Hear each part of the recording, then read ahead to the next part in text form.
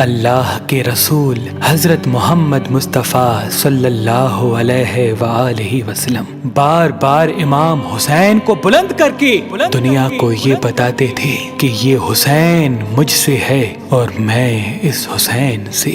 اے لوگو، اگر اس حسین پہ کوئی مشکل وقت آ جائے اور یہ تم سے مدد طلب کرے تو اس کا ساتھ دینا، کیونکہ یہ جنت کے جوانوں کا سردار ہے، میرا خون ہے، میری اولاد ہے۔ لیکن افسوس، ابھی رسول اللہ کی رحلت کو تھوڑا وقت ہی گزرا تھا کہ کربلا کے میدان میں ایک طرف 9 لاکھ کا مجمع تھا تو دوسری طرف وہ حسین جس کو اللہ کے رسول اپنے کندھوں پہ سوار کرتے تھے۔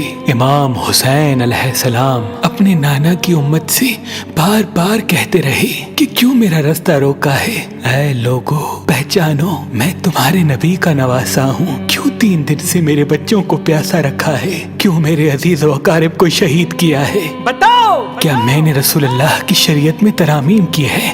کسی انسان کا حق کھایا ہے؟ کسی انسان پہ ظلم کیا ہے؟ اتنے میں فوج یزید ایک آواز میں کہنے لگی، اے حسین، ہم سب تجھے تیرے بابا علی کے بغض میں قتل کر رہے ہیں تاکہ یزید ہماری جھولیاں دولت سے بھر دے۔ امام حسین نے فرمایا، اے لوگو، آج جس اسلام کا علم تمہارے ہاتھوں میں بلند ہے، یہ علم میرے بابا علی نے بلند کیا۔ مت بھولنا، خیبر و خندق میں اگر علی نہ ہوتے تو اسلام کی فتح ناممکن تھی۔ وہ علی جس نے پوری زندگی اسلام کی تبلیغ کی، حق کو بلند کیا، رسول اللہ کی حفاظت کی، آج اس علی کو یہ اجر دے رہے ہو۔ اے لوگو، بتاؤ، اللہ کے رسول نے بار بار میرے بابا علی کا ہاتھ بلند کر کے فرمایا تھا کہ جہاں حق ہوگا وہاں علی ہوگا، جہاں علی ہوگا وہاں حق ہوگا، اور آج اس علی اور اولاد رسول کو یہ اجر دے رہے ہو۔ اتنے میں یزید کی فوج کے سپہ سالاروں نے دیکھا کہ کہیں فوج میں بغاوت نہ ہو جائے۔ اے شمر، کیا دیکھ رہے ہو؟ حملہ کرو۔ بس لاکھوں کی فوج نے جب رسول اللہ کے نواسے پہ حملہ کیا، امام حسین علیہ السلام نے اللہ کا نام لیا اور ذوالفقار کو نیام سے نکالا۔ تاریخ گواہ ہے، ایک طرف لاکھوں کا مجمع اور ایک طرف 3 دن کا بھوکا پیاسا حسین ابن علی۔ زمین پہ اس طرح کی جنگ پہلے کبھی نہیں دیکھی تھی کہ ایک تنہا انسان لاکھوں کے مجمع کو اس طرح سے فنار کر رہا ہے کہ فوج اشکیا واپس پلٹ کے بھاگنے لگی۔ امام حسین فوج یزید سے مخاطب ہو کے فرماتے ہیں، آؤ، 3 دن کے بھوکے کی جنگ دیکھو، 3 دن کے پیاسے کی جنگ دیکھو، رسول کے اس نواسے کی جنگ دیکھو، اس کی جنگ دیکھو جس کا جوان بھائی مارا گیا، جس کے جوان بیٹے کو نظروں کے سامنے قتل کیا گیا، جس نے اپنے ہی ہاتھوں سے اپنے بچے کی قبر بنائی۔ امام حسین شیر کی طرح فوج یزید سے لڑ رہے ہیں۔ اتنے میں آواز غائب آتی ہے، حسین، تیرا اللہ تجھ سے راضی ہوا۔ بس اس صدا کا سننا تھا، امام حسین علیہ السلام نے اپنی ذوالفقار کو تھام لیا۔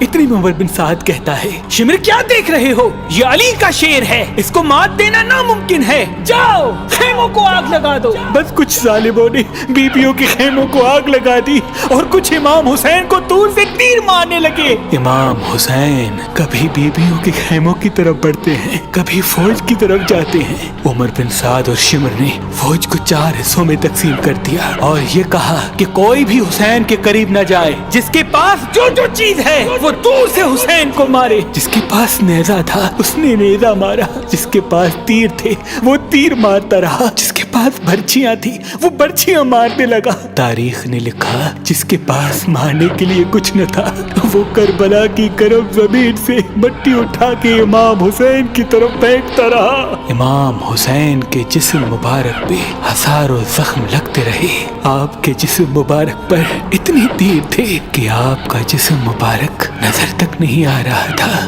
بس جیسے ہی نواسا رسول گھوڑے کی زین سے زمین پہ آتے ہیں، فوج یزید झूमना शुरू कर देती है। लेकिन इतने में वो घोड़ा जिस पे आप सवारी किया करते थे वो इमाम हुसैन के चारों तरफ घूमना शुरू कर देता है ताकि इन तीरों से मैं अपने आका हुसैन को बचा लूं। वो घोड़ा दौड़ ही रहा था। इतने में उमर बिन साद ने कहा, ऐ लोगो रुको, मैंने अपनी आंखों से देखा था इस घोड़े पे अल्लाह के रसूल सवारी करते थे, कहीं तीर इस घोड़े को न लगे। और यूं तीरों को चलाना बंद किया गया।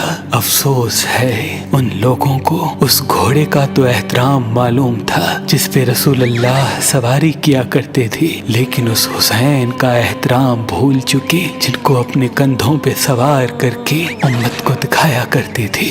बस इमाम हुसैन अलैहिस्सलाम जमीन करबला पे अपना सर रख के अल्लाह का शुक्र कर रहे हैं और वहाँ फौजी यजीद के मुख्तलिफ सिपाही इमाम हुसैन का सर काटने के लिए करीब आते हैं। जो भी करीब आके इमाम हुसैन के सर को देखे तो उसे इमाम हुसैन के चेहरे में रसूल अल्लाह का चेहरा नजर आए और वो चीख के दूर चला जाए। इतने में शिमर कहने लगा, ये काम मुझसे ही होना है। जैसे ही शिमर ने खंजर इमाम हुसैन के गले पे रखा तो वो देखे इमाम हुसैन के लब हिल रहे हैं। उसने सोचा, हमने हुसैन का पूरा खानदान कत्ल कर दिया, 3 दिन तक हुसैन के बच्चों को प्यासा रखा, शायद हुसैन हमें बद्दुआ दे रहे होंगे। सुनने के लिए कान करीब करे तो क्या सुने, इमाम हुसैन अलैहिस्सलाम अल्लाह की दरबार में अल्लाह की नेमतों का शुक्र कर रहे हैं कि ऐ अल्लाह तेरा शुक्र है कि इस अजीम इम्तिहान के लिए तूने इस हुसैन को चुना। इतने में इमाम हुसैन ने आंखें खोली और शिमर से कहा, ऐ शिमर,